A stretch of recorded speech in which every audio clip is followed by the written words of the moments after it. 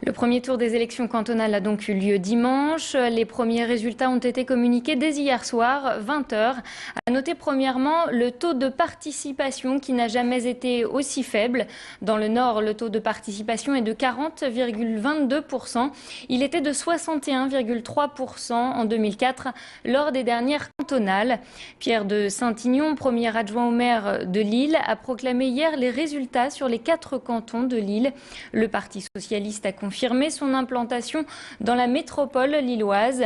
Voici quelques résultats. Dans le canton de Lille-Est, c'est le candidat socialiste qui arrive en tête des suffrages. Frédéric Marchand totalise 36,74% des votes. Pour le second tour, il sera opposé au candidat du Front National, Jean-Rémy Duménil, qui obtient 21,99% des voix. Même cas de figure dans le canton de Lille-Nord-Est. C'est un duel PS-FN que l'on va assister au second tour.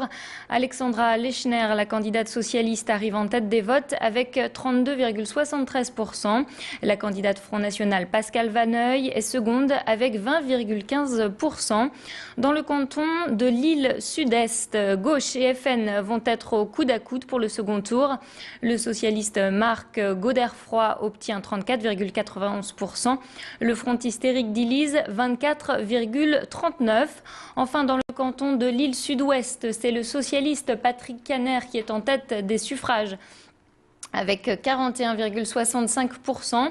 En deuxième position, cette fois-ci, on retrouve un candidat UMP. François Quinger passe au second tour avec 18,93% des votes. Écoutez la réaction du socialiste Patrick Caner. C'était hier soir après l'annonce des résultats. Il est au micro de Macha Grunessen.